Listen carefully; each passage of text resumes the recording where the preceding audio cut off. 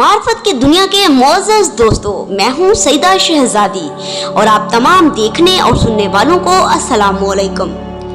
नाज़रीन गिरामी, हज़रत मोहम्मद मुस्तफ़ा सल्लल्लाहु अलैहि वसल्लम ने जो निशानियाँ इमाम महदी अलैहिस्सलाम के ज़हूर की बताई थी, उनमें से काफ़ी निशानियाँ बड़ी तेज़ी के साथ पूरी हो रही हैं।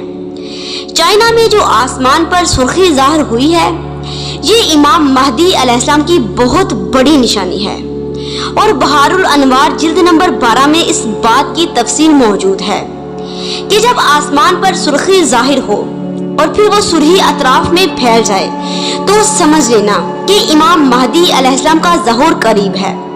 नाज़रीन गिरामी, अभी चाइना में आसमान पर सुर्खी ज़ाहिर हुई ही थी कि अगले रोज मशरिक में वो आग ज़ाहिर हुई है जो इमाम महदी अलैहिस्सलाम के ज़हूर की बहुत बड़ी निशानी है। मैं आपको वीडियो दिखाने से पहले स्क्रीन पर वो हदीस दिखाती हूँ।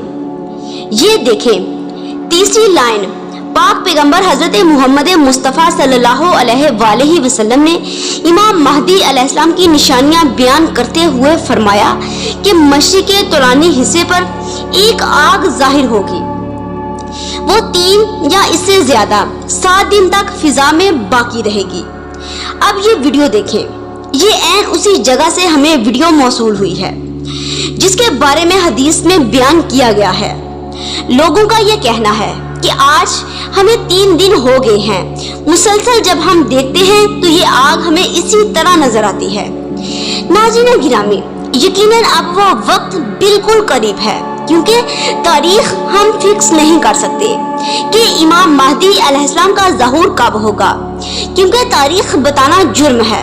लेकिन अगर हम इमाम महदी अलैहिस्सलाम की निशानियों की बात करें तो ये कहना कबल वक्त होगा कि इमाम महदी अलैहिस्सलाम का ज़हूर करीब है।